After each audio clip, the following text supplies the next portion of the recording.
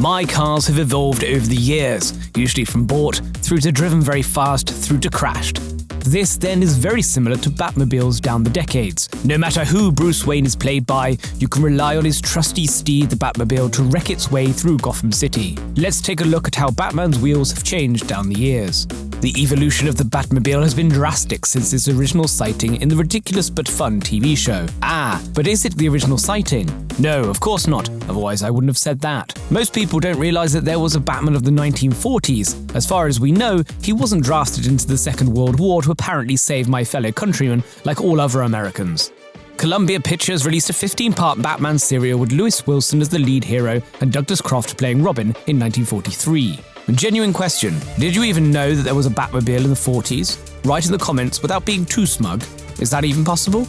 Let's find out. This Batmobile was no frills. In fact, if inconspicuous is what the Caped Crusader was after, then he did well here. He had a stock 1930 Cadillac Series 75 convertible. Features included the fact that it was a convertible, and that was it. What wasn't inconspicuous was the fact that Bruce and the Bat used the same car. Top down was Wayne, and top up was Batman.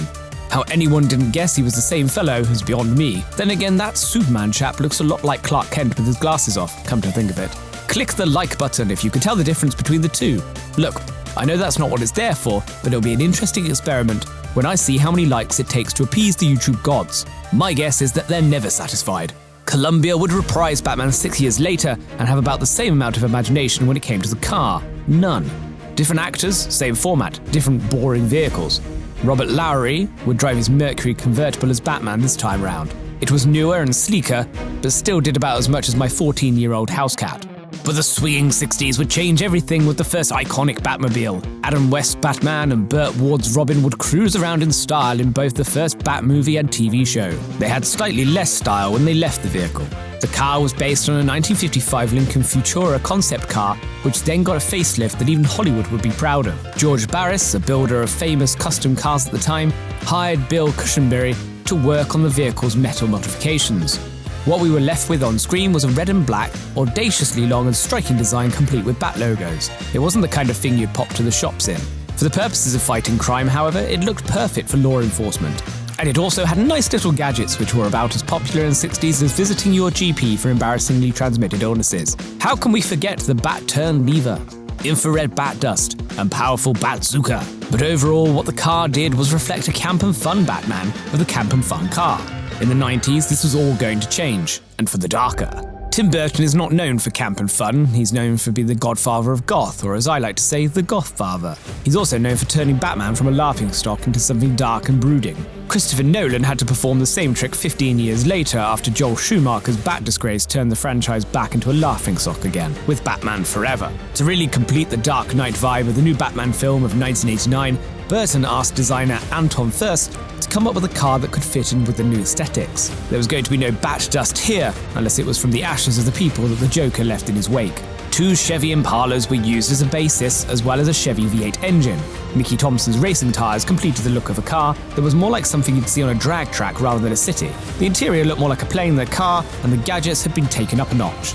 Disc launchers, spherical bombs, and shim breakers, anyone? Not to mention a central foot for lifting the car and allowing it to turn 180 degrees. This wasn't the sort of stuff you'd expect to see on your TV before your dinner. This was the Batmobile, after hours.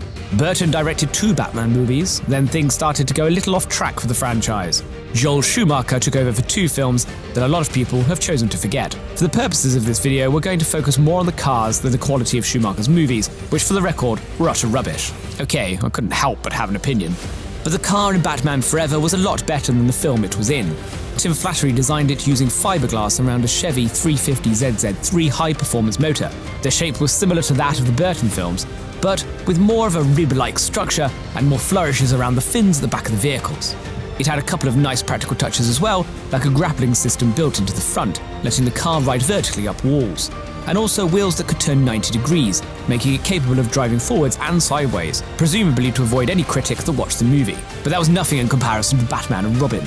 Barbara Ling designed a Batmobile which was as lavish and over the top as the movie itself. It was inspired by earlier roadsters like the Jaguar D-Type. It was also open to the elements, 30 feet long, presumably to compensate for the stinking movie reviews, and it was road tested to 140 miles per hour. Rather than the trademark single-jet exhaust, the design team went for 3 smaller exhaust nozzles on each of the rear fenders. The car was all about the striking look rather than practical application, just like the nipples Schumacher had decided to put on the Batsuits. At least he decided to include a few points in what was otherwise a pointless film. Batman took a much-needed break at this point to hide in the Batcave and let the laughter die down. Christopher Nolan opened it back up again in 2005 with a very different style of movie and a very extreme change of style with the car. In his trilogy, he introduced the Tumbler as a Batmobile. It looked like something better suited to a military enthusiast bedroom wall than Gotham City, but it was exactly what the franchise needed. Nathan Crowley designed this iteration of the Batmobile as a strong combat vehicle rather than stylish magpie fodder. It was meant to look believable, and its gadgets reflected this. If 1960s Batman was good for a bit of fun, 21st century Batman was good for invading a country. There were machine guns mounted in the nose of the car with missiles and explosives also at your disposal. Let's not forget a useful escape mechanism of the Batpod that allows the driver to make a swift exit from the main vehicle in case the police tried to give Bruce a ticket. The Tumbler served Batman well throughout the critically acclaimed Nolan trilogy. Since then, a new incarnation has been seen in the DC Extended Universe in 3 movies. The DCEU Batmobile is not a bad offering, unlike the DCEU movies. In fact, it takes inspiration from many of the vehicles we've looked at today. Or it stole from all of them, depending on your point of view. It has more of a sleek design of the earlier Burton and Schumacher movies, but also has the military-grade weaponry of the Nolan era, with a large cannon, Gatling gun, and a ballistic missile defense system. That should protect our hero well when he gets the Batsuit dry-cleaned. Do you have a favorite Batmobile? Is there another series of cars that you'd like us to make a video of?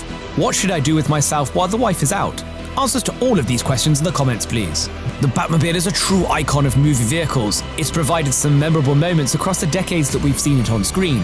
Then again, Batman may be able to use a grappling gun to go around a pole, but has he literally wrapped himself round a pole like me? I think not. That being said, all these Batmobiles, apart from the useless ones of the 40s, are impressive in their own right and have cemented their place in movie and TV history.